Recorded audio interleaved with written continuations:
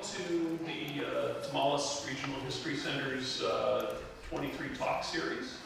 We're glad to have you back here. We're glad to have you upstairs in our exhibit space today.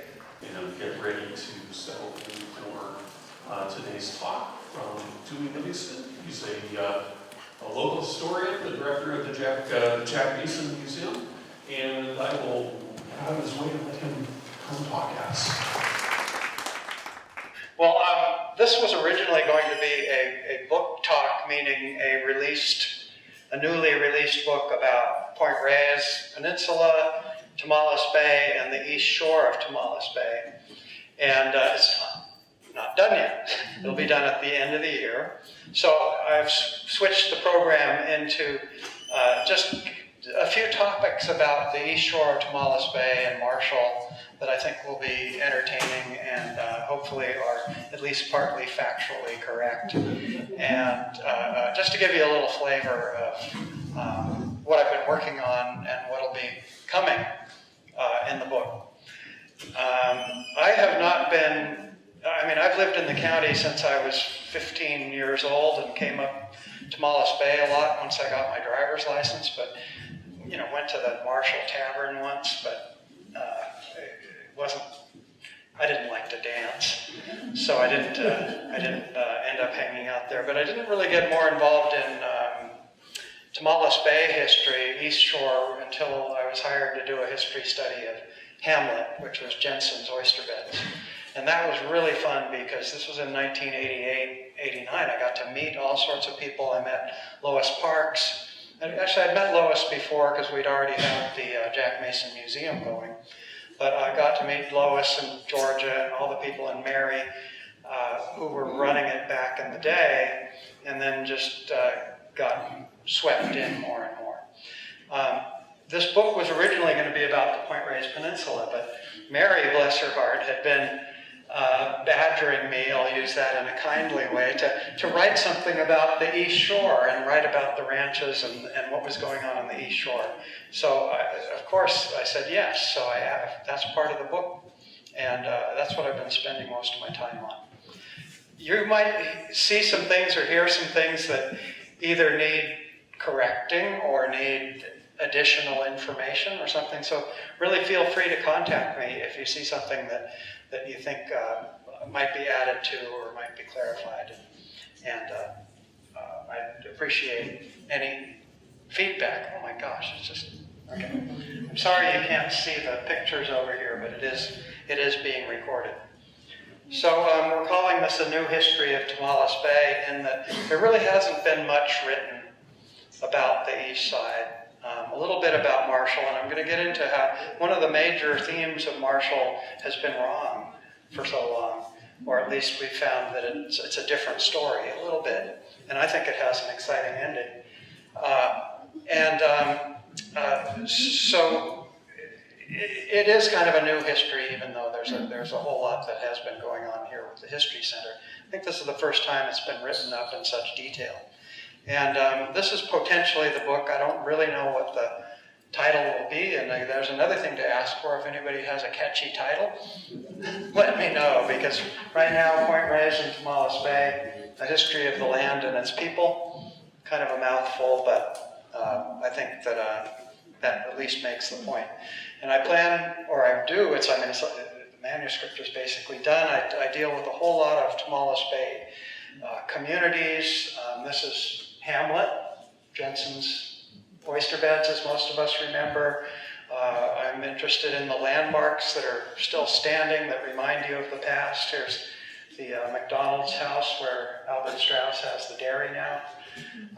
The people, of course, are the most fascinating, and I love to meet the people that still remember times past and learn about people. That's Innocent de Guattardi on the right, who had the ranch at Millerton Point for so many years.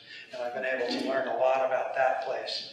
And the fishing and the oystering, for instance, this is the little settlement over just south of White Gulch, where Viliciches and Matkoviches, etc., were Koyiches before they came across to the East Shore. And of course, the oyster industry is a story too. And then again, the people, and I'm trying to focus a lot more on the Coast Miwok people that we always say they were here. The typical thing is you write a book and you write the first chapter about the Native American people, and then you move on and it's never mentioned again. Well, something unique in Marin County, and really maybe in the Bay Area, was that the Coast Miwok descendants continued to live here, or came back, continued to live here, and didn't go away until more recently. But so I'm talking a lot with old timers and things about the people that were here.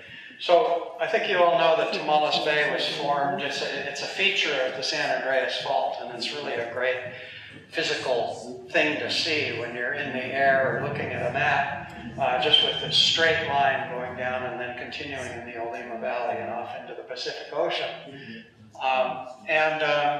It was a great place for indigenous people to live. So much food in the bay, ability to travel back and forth, and there were a number of fairly major settlements here. At Tom's Point, what we call Tom's Point, was a village called Segolog or something like that. I'm not sure we'll always get the pronunciation right. And then down just south of Marshall, and you'll hear more about that, was Echacolon.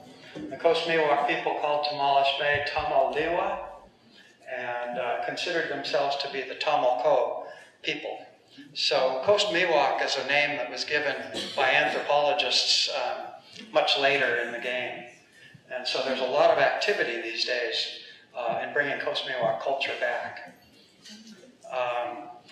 But you can only learn a little better, other than the archaeological record, about where they were by looking at some of the very earliest maps made of the Tomales Bay. This map was made in 1860, and you can see marking here a rancheria, and across here a rancheria, and a cabin. This is Sacramento Landing now. And Laird was one of the new dairymen who came to make butter and cheese. And this rancheria is now what we call Laird's Landing in Marshall Beach, which I'll tell you a little later about some activity going on there. There's even a push to maybe change the name of Marshall Beach, because it wasn't named after the town of Marshall or anything to do with the Marshall brothers. It was named after the rancher and developer who was going to build summer houses there, and it just seems maybe better to honor perhaps some of the people who lived here before. These maps are great. You know, here you see William Miller. His father owned this whole part of Rancho Nicasio, and you see that he lives up where Carol. That's Carol's house, or some form of it. One of the very first white settlers up in that area. The village that I called Echacolon is located here along this beach, which is the southern part of Villasech's property, what they call Rancheria Point and Reynolds Cove. So just off of the picture to the right really would be where you would see most of that village. And then the second village was what they later called Fisherman's, in the just south of Tony's Seafood, which is still there, and we'll look at that a little more later. And these were sort of the last outposts, with some exceptions in Inverness and otherwise, of Coast Miwok descended people. This is the Rocca's house, and as most of you know, Merle Rocca died recently, and he was the last of his generation to be living on Tomales Bay, and I think his son is going to continue there. I work in a map archive, a survey map archive for the county, and come across all sorts of wonderful maps. And this is 1865. The town of Marshall would be up here a little way, but this is Villasech's, and this is the point. And here's Tony's Seafood would be down here. But notice there's an Indian rancherie, they say there, and rancherie, and those are those old villages that continue to be occupied by Coast Miwok people. This is a pretty neat map because it shows the trail that went along in the hills, and it shows a wagon road, 2 Gs, coming down the hill, down to the cove there, right about where the cemetery Somebody later crudely wrote in where the railroad went with a pen, and which is kind of symbolic of the railroad brought a lot of change to the people who were living there at the time. First story I'm going to go into, and I mentioned if anybody was here at the talk I gave 5 years ago, I talked about Muldrow City a little, and I'm going to go into that a little more this time. This is an 1859 survey of Tomales Bay. To get you oriented, that's Marshall. There is no Marshall there yet. And this is what is later the Dunn Ranch and Audubon, Cypress Grove. And this was Muldrow City. And it's marked on 2 maps. It's the only place I've seen it. And I've always wondered, what is Muldrow City? So I started to look into it and find that this man named William Muldrow, it's really spelled with a W, came to Tomales Bay in the 1850s. Now I have a little quote about him. He came from the east, and he was, let's see, here's the first thing that they say about him. He had a reputation as a visionary, fool, and swindler. He was a first-class promoter. His type probably sold apple orchard leases in the Garden of Eden. He had been in Missouri for quite a while, and there he laid out a city that he called Marin City, and sold lots and made about $200,000, which in the 1830s is a lot of money. Well, it was in a floodplain on the Missouri River, and after all these people bought their lots, they were fairly quickly flooded out. There are a number of stories like that, and he came west with the gold rush. He called himself Colonel Muldrow, but we don't know that he was really a colonel, but a lot of people did that in those days. And he started to make a little trouble in the Sacramento area. He came to the coast, and he claimed that he owned all of the property from Tomales Bay to Fort Ross. And he started selling off lots, which of course weren't valid. But because he was getting pushback from people who lived there already, he started a vigilante committee that he called the Marion Rangers after his failed city in Missouri. So he was probably quite a character. It would have been something to meet him. Well, he came to Tomales Bay, and on land that he didn't own, he created Muldrow City. Now, it just shows on the map, it's just a couple of, road comes down to the bay. I'll show you exactly where this is coming up in a house or two. But it really did develop into a little something. This is 1859, 1860. So this is the same. You see, if I go back, I've tried to line them up. But you see, there were quite a few people clustered around there. And some of these were folks who came with the Marshall brothers from Kentucky. There were a lot of Southerners here. There was a hotel. And quite a little, maybe you could call it the beginnings of a city. John McKnight had this 12 acres separate, and he had a chicken ranch there. And he sold eggs and this and that. And really his only way to get out would be by the bay, because the roads weren't very good at the time. But there's your Muldrow City. But of course, Muldrow didn't own the land, and I don't really know what happened to all these people. In the book, I tell you a little more about them. But they all kind of scattered, probably because they didn't really have the right to stay there. McKnight, unfortunately, was murdered, and that was the end of his chicken ranch. This is the site of Muldrow City today. If you know where the Angresses built their house, and Mickey Ray has been there for a long time, and where the Highway 1 comes back to the coast, this is the site of Muldrow City. And you see it sort of lines up. There used to be quite a bit going on, and it's now part of Tomales Bay State Park. And there's one of your historic sites that who would have known that anything was going on there. I'm fascinated by stories of people who came and tried to do something and then nothing ever happened or made big promises. But this fellow, John Baptiste Trudeau, was kind of the opposite of Colonel Muldrow, because he came to Tomales Bay kind of wanting to fade into the woodwork, it seems.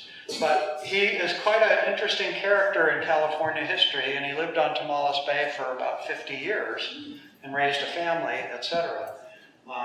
He was born of French-Canadian parents and probably some American Indian, and was around hunting, grew up as a boy as part of the whole hunting scene of getting beaver pelts and this and that and shipping them off. And when he was 18 years old, he decided to join this wagon train going out to California called the Donner Party. He was the youngest member other than the children who were coming along, but he was a member of the crew there to help get them safely to California. You all know what happened to the Donner Party, I think, but they ran into big trouble as they were trying to cross the Sierras and were trapped on the east side where many of them died. There's all the tales of potential cannibalism. He claimed that he was not part of that, and in fact he was used because he was about the only healthy person left who was able to collect wood. He was young and wasn't getting too weakened. So he was a big help to the survivors as they were trying to survive. So when the rescuers finally got there, he was able to, at least in one of the trips, come back to Sacramento and then come back to help rescue the last of the people there. So he was quite a notable character, but nobody really heard too much about that. But he came and settled right at where the town of Marshall is right now. This is an 1869 road survey, and you see Whiteman's store, and if you read the histories of Marshall, Whiteman's store was one of the first places, commercial places in Marshall, other than Marshall's warehouse, which was down here. Notice that everything is built up on the land here. Current day Marshall is down along the coast here, but it wasn't originally.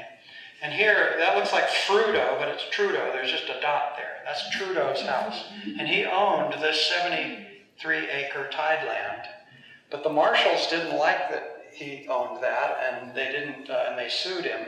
And he ended up giving up that land for $200 to the Marshall brothers and moving somewhere else onto the bay. We're going to go back to this map, by the way, because this is a pretty cool little map. But so here's Trudeau living here. And most of again, he disappeared from sight. People from the Donner Party who were very famous, like the Reed family and the Donners themselves, and there are books written and all of this that talk about them, but very few talk much about Trudeau. When he was here, he married a Coast Miwok woman named Lupe de Masano, and had a family of 4 or 5 boys who all grew up with the Coast Miwok Indians on Tomales Bay.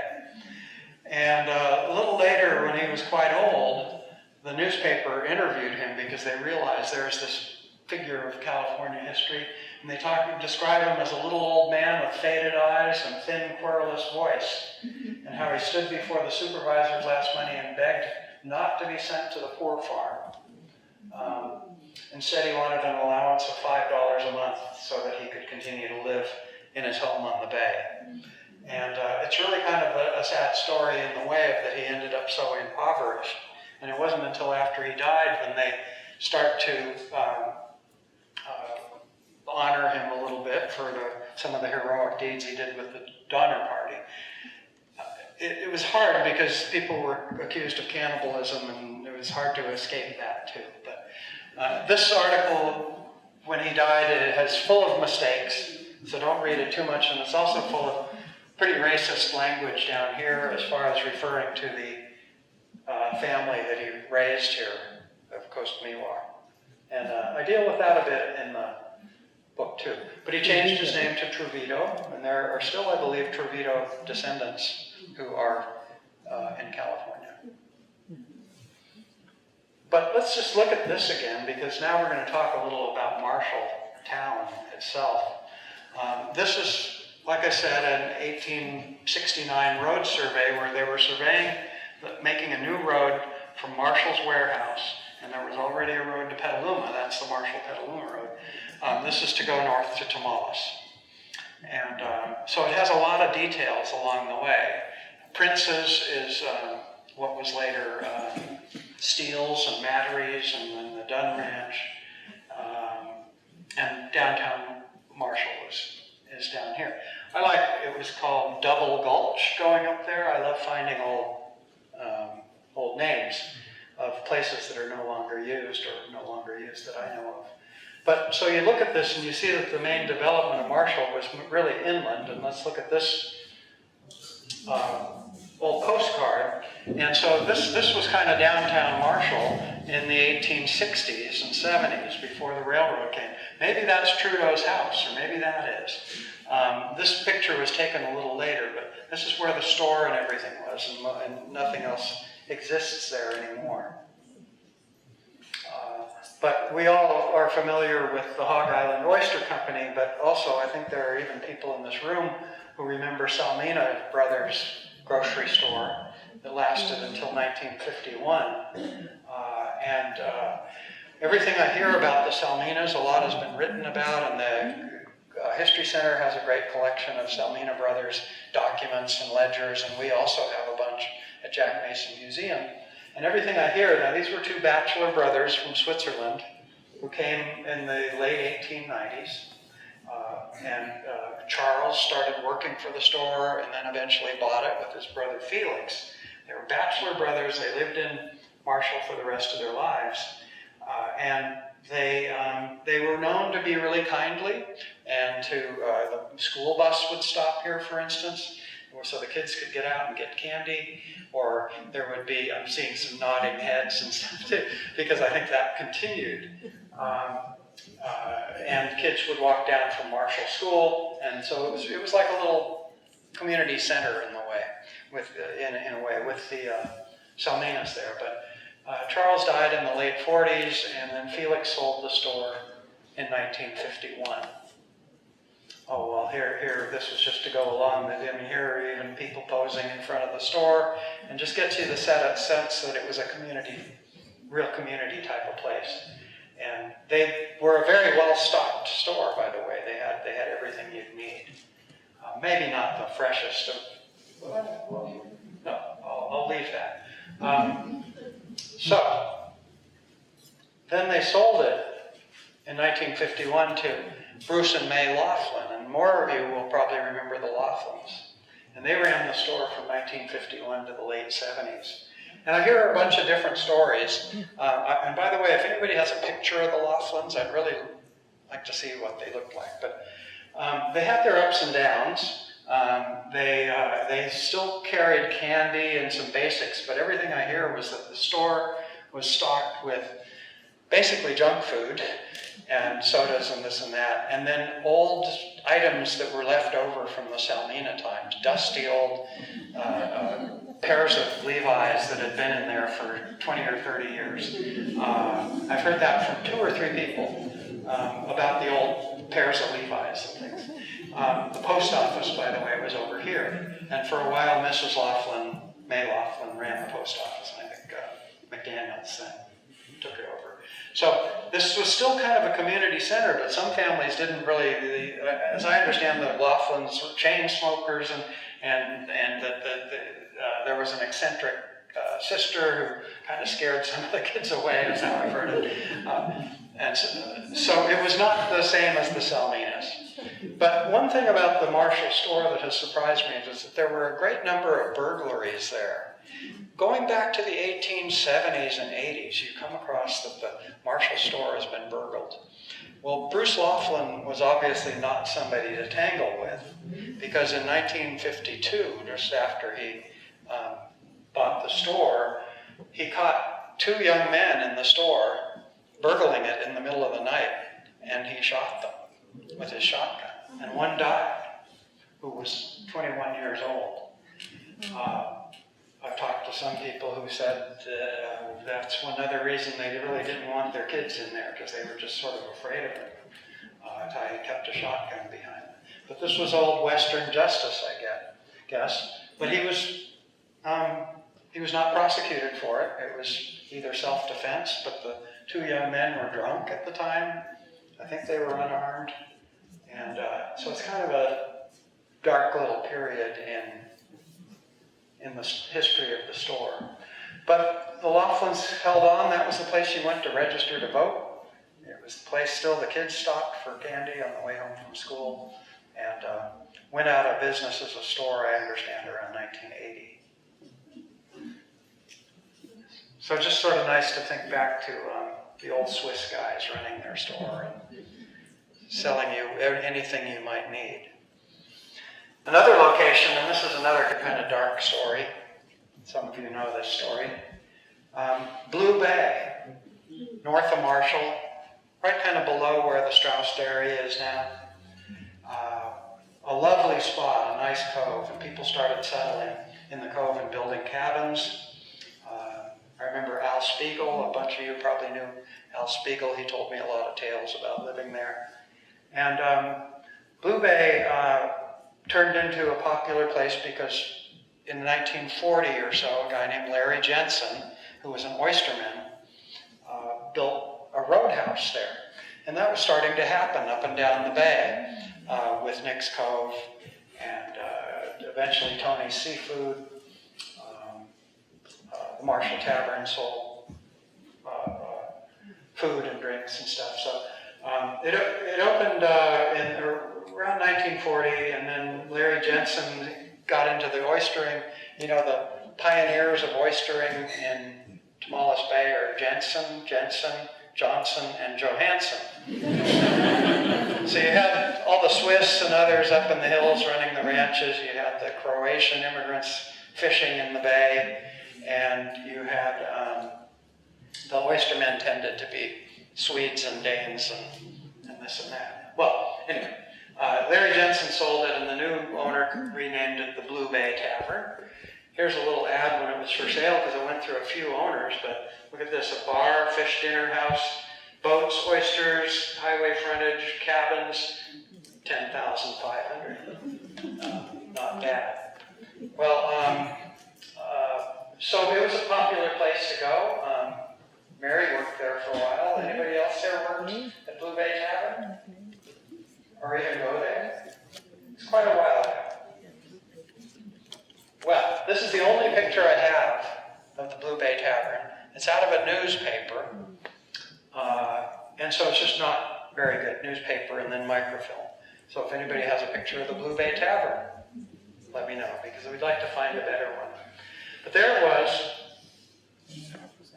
And in 1956, just after it had a new owner who burned to the ground, and it had been burned to the ground by somebody, and the first suspect was the owner, Malcolm Schletty. Here's a view of the ruins. Schletty had been having a lot of family troubles. His wife was going to divorce him, on and on. You can read the whole story in the book. It's not that nice.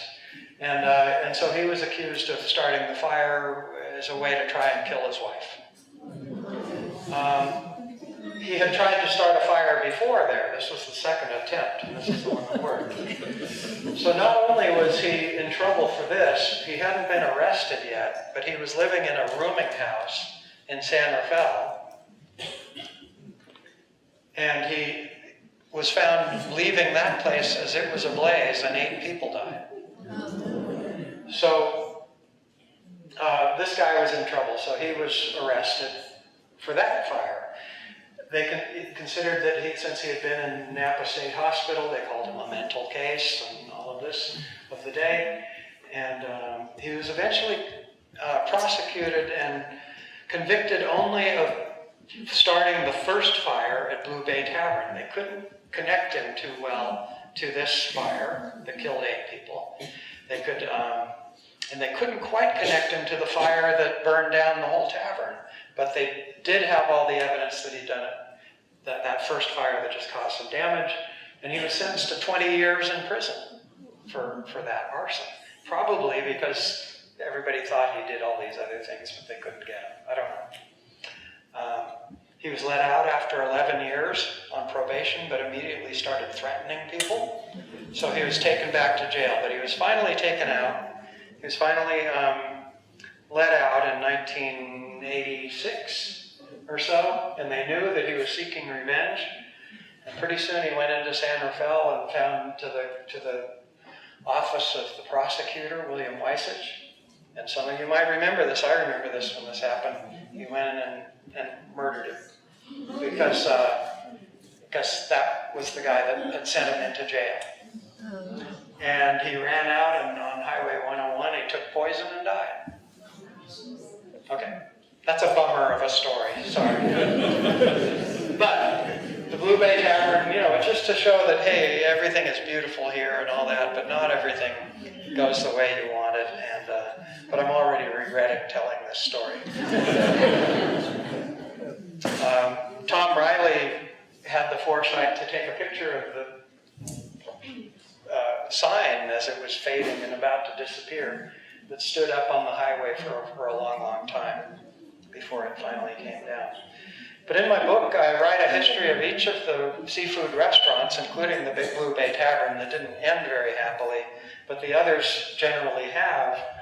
Jensen's, of course, is no longer there, though, but Nick's Cove, quite a bit about, and the Conitich's Tony's Seafood all have really fascinating histories. And I even found that Vilicich's had a little later on, you could buy some food and things there too. So, which is now, I guess, the Marshall store. Okay, now we're going to segue into the part of this that I really like, because I had some help from a guy who figured out that one of the major points of Marshall history that has been written over and over again in the history books and in the magazines and whatever you read about Marshall online is wrong. Some of this is wrong. And that revolves around the Marshall Hotel. Now, that's not really a big deal. We all get things wrong. I'm going to get things wrong in this book. But there's a point to this one that makes it a little more significant. It's not just that a date or mixing up a name. You'll see that there's a little more significance to this story. Now, we all think of the Marshall Hotel as this hotel that was standing down there on the bay next to the Marshall Tavern. This is it when it was newly built. Here it is famously when it slid into the bay during the 1906 earthquake. This picture has been, this and another has been published quite a bit. They just jacked it back up and put it on new pilings, and within a little later in the year, it was back in business. And then, of course, the famous fire in November of 1971, and more people will remember the fire and the Marshall Hotel burning down. So that's the end of the Marshall Hotel, right? There's the end of the legacy. It's gone.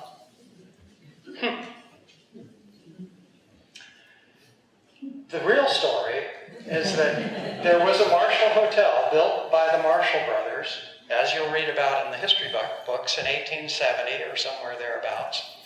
And it thrived for a while, and it went through a number of names. For a time it was called the Bayview Hotel, and because it was up on the hill overlooking the bay. It burned down in the late 1890s, and so the Marshall family, especially one of the Marshall widows, put up the money to rebuild and build even a better, bigger hotel. And that opened in 1899, called the Marshall Hotel. And she hired as the manager a woman named Sarah Shields. And Sarah Shields' husband, John, was a local dairyman who had been renting dairies around. And so for a couple of years, Mrs. Shields managed the Marshall Hotel. When her husband, John, and we're not going to ever be sure exactly how this came about, decided to build a hotel himself. And so he went down the street. He couldn't find any land for sale on land. So he bought some tidelands and built his hotel on pilings. One of the first buildings on pilings, other than the railroad depot, just down the road from the Marshall Hotel. And he called it the North Shore Hotel. And many of us know the story of the North Shore Hotel. But where it's usually confused is that these two are considered, they're mixed up as to, that old Marshall Hotel is forgotten. And everybody thinks, here's the hotel, fell in the bay. We know it was the North Shore. The Shields all that. A beautiful place, and it's very similar to the old Marshall Hotel. The architecture is close to identical. But here it is. It's out on pilings. So you've noticed people are working on it now. I really hope that, well, I'm sorry, I'm working on the tavern. So, yeah, Marshall, the North Shore Hotel. Shields Brothers, Shields and Sons. Well, what about the old hotel across the way? You have the North Shore now, and you have the Marshall Hotel that's still there. Well, Mrs. Marshall sold it to Charles and Felix Salmina in 1915 or so. And most of us know that the Salminas lived out their lives in that house. And then it became Jenny Lacey's house, et cetera, and all that. So that house still stood. And the reason we were able to prove this was this old survey called the Old Hotel Lot. It's in the survey collection that I take care of. And it's exactly that's the lot of this building, which is Rob Hakanos' house. And so the big point of this is that the Marshall Hotel still stands. This is it. And it's been thought of as a house for so many years, for so many, that the whole, there might be a few. Did anybody else have an idea that that was the original Marshall Hotel? You all know. How do you know, Donna? Okay. It was obviously had been divided up into smaller rooms. So the only thing about the point that I think, we can get all our little bits of things, dates and stuff, a little off, but the fact that this house is quite a historical monument, I think, as the original Marshall family built hotel, and it's still standing. It didn't burn down in 1971.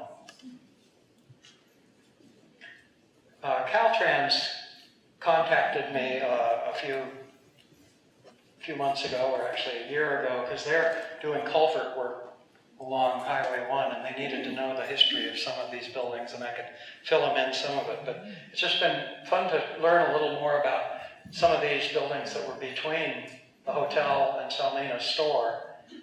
This is a more recent picture, but for instance, this one that's still there, it has the corrugated iron siding, was a skimming station for the Point Reyes Cooperative Creamery. So the dairymen didn't have to bring their milk all the way down to Point Reyes Station. They could bring it here. It would be separated and made the whole creamery situation similar. But you'll notice that the creamery in Point Reyes Station is still standing, has that same corrugated siding, and that kind of was one of the slightly newer pieces of information. So what about the Marshall Tavern? Well, it was built by Shields. He built the hotel, and next to it he built a mercantile where they sold all sorts of stuff. You can see here, crockery, boots, shoes, boats, supplies, paints, everything. There's a general store that kind of competed with Salmina's. And so that is the base building of the Marshall Tavern. And you can see this view looking sort of north with the railroad depot, which is gone. And then here is what's now the tavern and the hotel, et cetera, going down. And you can see the tracks, how they used to run right down what is now Highway 1. And in the 60s, it was transformed into the Marshall Tavern. I've been reading a lot of funny things about that, investors buying it and expecting to have this big booming business, and it took a while for it to take off. But they served food and drinks and started having people come in and play some quiet music on Sunday afternoons, string quartet or a jazz ensemble or something. Again, in the late 60s, the guy who owned the Lion's Share in San Anselmo that some of us remember, a little nightclub, owned it for a while. And then when John Vertigan had it, they started, the story goes that a woman called Vertigan and said, I'm Van Morrison's manager, and Van would like to play at the Marshall Tavern, which until then had been a sleepy place. That afternoon or that evening, Jim Munger was going to play a set. Jim is my brother-in-law, and he just plays a guitar and plays kind of folk songs, and it's just easy listening stuff. And so Vertigan didn't know who Van Morrison was. And he said, well, we already have an act booked, but maybe you could play between his sets. So the agent said, sure, we'll still do that because Van wants to play. So much to their surprise, this big crew came in with big speakers and sound boards and all of this and set up for Van Morrison. And Jim Munger is playing it going, oh my gosh, what's going on around me? And sure enough, and then word got out and Van Morrison played. And that started the era of loud music at the Marshall Tavern. That's how it's been described to me. And I remember the tavern around that time. I didn't go to any of those. And so Neil Young came and played, and of course Joan Baez and was there earlier with Mimi Farina. And so some locals lamented the fact that it went from quiet to loud because it suddenly was, and it was really popular. There'd be cars, remember that, there'll be cars all the way down the road. We have a lot of good pictures of the Marshall Tavern that Lee Sims took. And in 1970, 71, 72, I like this one, the New Year's party, and you'll recognize a number of people in here probably. That's Janice LeBeau, of course, and others. So we have dozens and dozens of pictures that Lee Sims donated to us. And there is a book, and not to shamelessly promote something, but we have this book if you want to buy it for $10, and half the proceeds go to the History Center and half to the Jack Mason Museum. And it's a little memorial of the Marshall Tavern as it was in 1971. It's a picture book. And you know, it's nice. It's, you know, a lot of pictures and commentary and stuff. So if you want that, you can help out. We're really trying to get rid of them, too, because we have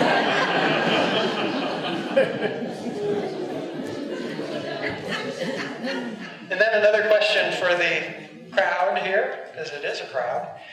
What happened to the Marshall Depot?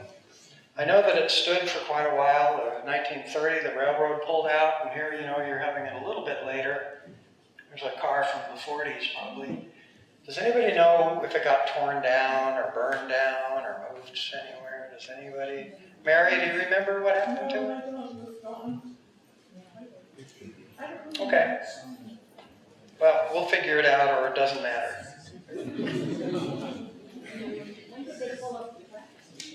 1930, 31, because they widened the highway in 1931, made the tracks into the road. The road used to go up in the hills above. In fact, here you can see it coming around. This is the Marconi station, most of which is around the corner. So Tony's Seafood is sitting right about here. You guys will recognize the rocks and all. But this was part of the village I was talking about, Etchacomal. This is it in the period when the railroad was here. I think I've shown you this picture before, but this is the Sandoval and Elgin and Martin families living in this row of houses, and then Fishermen's Village is around the corner. Here's the old highway coming because the train tracks took and the cemetery is right across from you.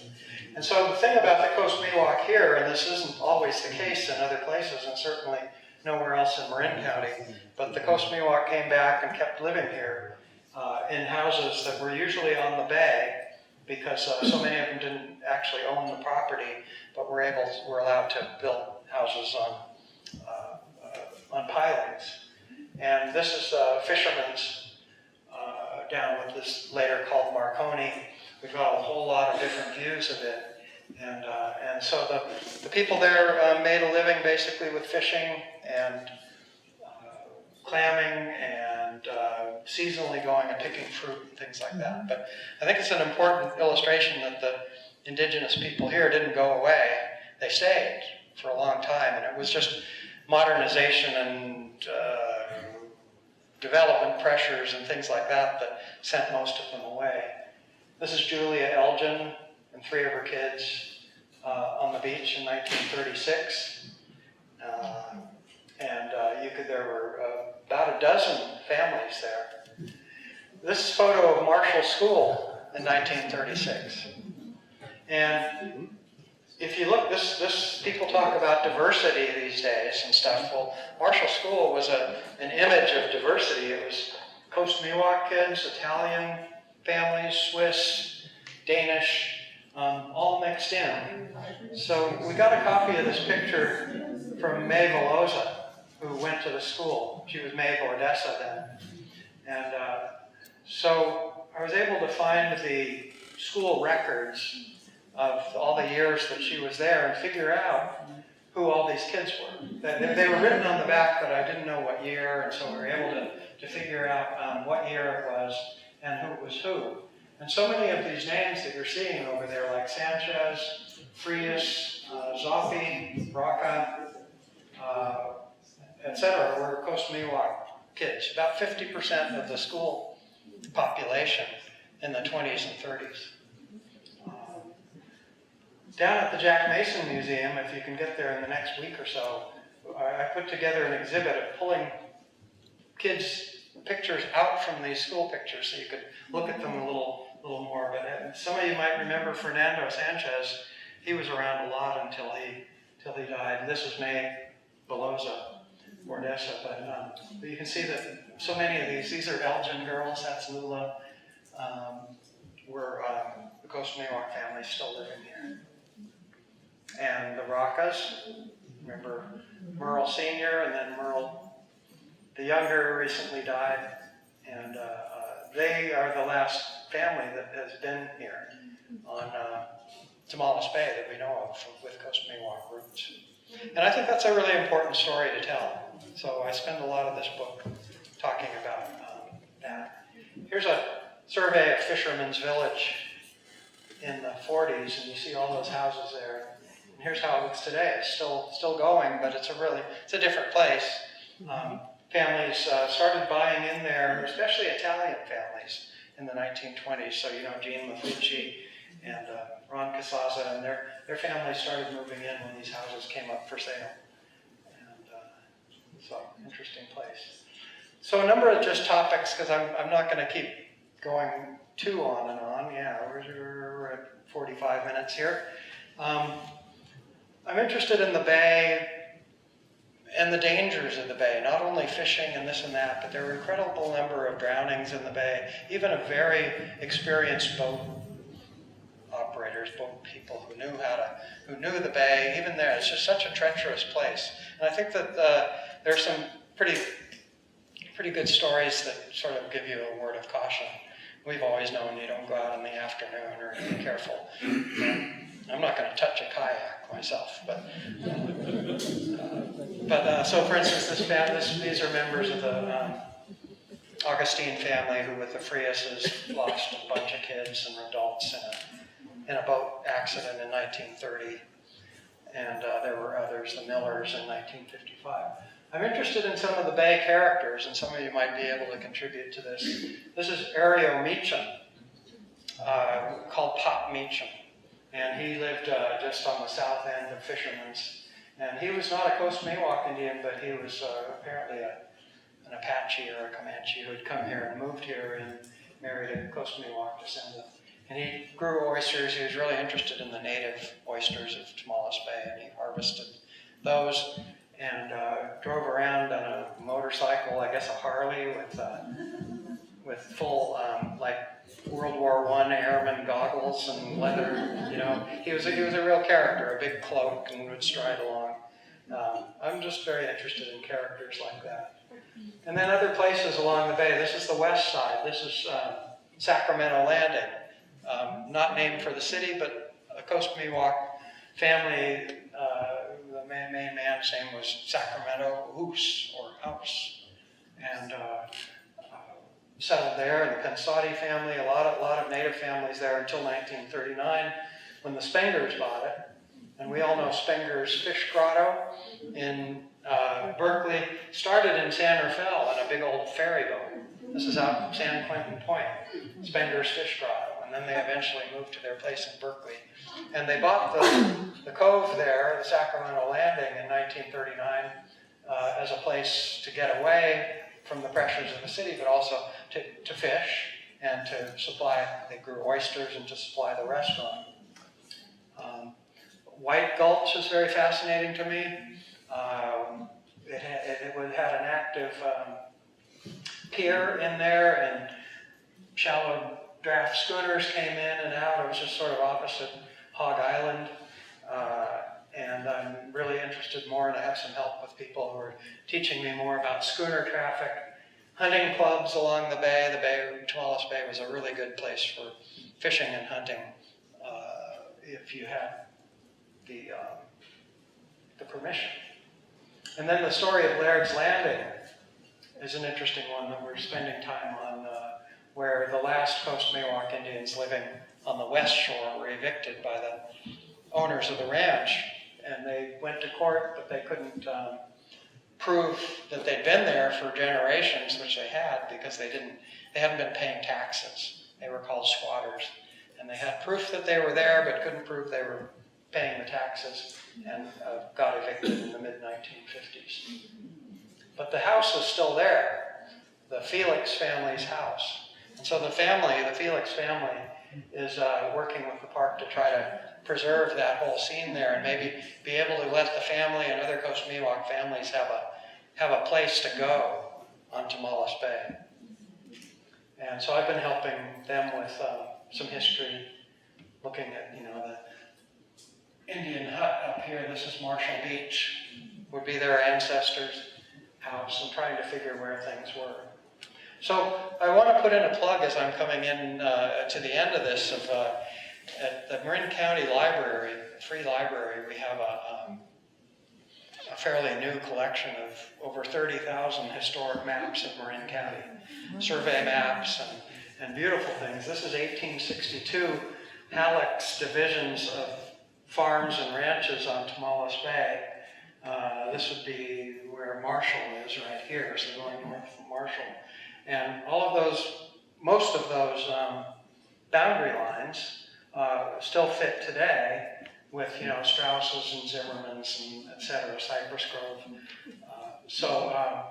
There's a lot to learn of who was doing what there and where there were springs and water. Here is the Prince Ranch, and I know Zimmermans have this upper part, and maybe some of these old surveys would be helpful even in land boundary issues today. We have road surveys, and this is a survey of the road from Marshall to Tomales, and these notices on this big long piece of paper made in 1869 has all sorts of details, like here's the warehouse at Walker Creek, where Walker Creek hits Keys Creek, and it shows you even where the wider channel has been dug in and exactly where the buildings are. And of course, this is very different up there now. I like that it has some old names. You can see the sandbar, you can see Chinese Gulch up there, which makes you wonder, well, now how did it get that name and what was going on there? And then this one I showed last time I was here, but this is Lower Town Tomales. This is really zoomed in on the map. But all the detail it shows, the steamer wharf, the channel that has been dredged to let ships still come in, the boathouse, bridge. There's a tank here. So this is when it was navigable all the way up to just below the hill here. And so if you look at the same site today from Google Earth, it looks like that. I mean, so if you consider, and you're just about to come into the town of Tomales, this is the old road, and this was all water. At high tide, this would be water, and there would be steamers and schooners coming right into there, and it's just a big mess. What's the railroad bridge there? The railroad bridge? The railroad was around to the side of it, to the west of it. Across. So it didn't go in this area. Much further up than you think. The water was right down there. Yeah, the water came right up to what we call Lower Town Tomales. So I think that's pretty fascinating. So this is your thank you, whether you're having fun at a bar or you're in school. There's a lot to do, or there was even a lot more to do maybe on Tomales Bay back then. And so thanks, and there's a lot of people to thank here. But I really do especially thank Mary, and I'm so glad you're here, Mary Zimmerman, because you're the one who got me going.